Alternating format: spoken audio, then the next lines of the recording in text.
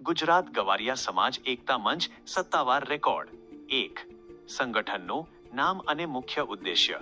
નામ: ગુજરાત ગવારિયા સમાજ એકતા મંચ. મુખ્ય લક્ષ્ય: સમગ્ર ગુજરાતમાં વસતા ગવારિયા સમાજમાં એકતા, એકસંપ અને અખંડિતતા જાળવી રાખવી અને સમાજને એક જ ઓળખ ગુજરાત ગવારિયા સમાજ હેઠળ લાવવો. 2. સમાજની વિવિધ અટક અને જ્ઞાતિઓ પેટા જૂથો. રેકોર્ડ મુજબ હાલમાં સમાજના લોકો અલગ અલગ અટક અથવા પેટા જ્ઞાતિથી ઓળખાય છે, જેમને એક મંચ પર લાવવાના પ્રયાસો ચાલુ છે. ગવારિયા: કાંગસિયા અબા કાંગશિયા, કાંગશીપા બખૌમા કાંગશીવાલા, માલ પરમાર, રાઠોડ, સોલંકી, ચૌહાણ, વણજારા, ગોર વણજારા, બંગડીવાળા. 3. સાંસ્કૃતિક અને સામાજિક વિગતો. સમાનતાના સ્તંભો.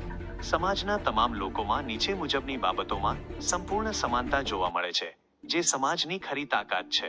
ભાષા બોલી. સમગ્ર ગુજરાતમાં એક જ બોલી બોલાય છે, જેને ગોર બોલી કહેવામાં આવે છે.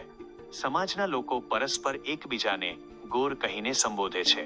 ખાનપાન અને પહેરવેશ. સમગ્ર સમાજમાં ખોરાકની આદતો, ખાનપાન અને પુરુષો તથા સ્ત્રીઓનો પરંપરાગત પહેરવેશ એક સરખો છે. વ્યવસાય. પરંપરાગત રીતે સમાજના લોકો એક જ પ્રકારના ધંધા વ્યવસાય સાથે જોડાયેલા છે. 4. સામાજિક નીતિ નિયમો અને વહીવટ.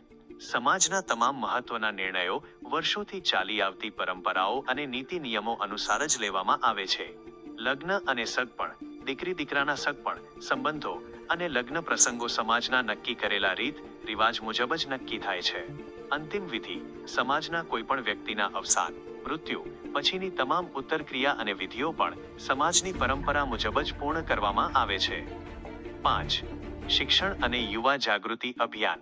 વિદ્યાર્થી પ્રોત્સાહન. સમાજના ભણતા બાળકોને આગળ વધારવા માટે સમાજ તરફથી પ્રોત્સાહિત કરવામાં આવે છે, જે ખૂબ જ પ્રશંસનીય કાર્ય છે. સાંસ્કૃતિક જ્ઞાનની જરૂરિયાત. માત્ર સ્કૂલ કોલેજનું શિક્ષણ પૂરતું નથી. બાળકોને આપણો સમાજ શું છે, આપણો ઇતિહાસ અને સંસ્કૃતિ શું છે તેનું જ્ઞાન આપવું ખૂબ જ જરૂરી છે, જેથી નવી પેઢી પોતાના મૂળિયા રૂટ્સ ભૂલી ન જાય. 6. સમાજની અપીલ ઠરાવ. સમગ્ર ગુજરાતમાં આપણો સમાજ અલગ અલગ અટકોને બદલે માત્ર એક જ નામ ગુજરાત ગવારિયા સમાજ તરીકે ઓળખાય તે માટે આ ઉમદા કાર્ય શરૂ કરવામાં આવ્યું છે. આ કાર્યને સફળ બનાવવા માટે સમાજના દરેક વ્યક્તિએ પૂરો સાથ સહકાર અને યોગદાન આપવું અનિવાર્ય છે. નોંધ.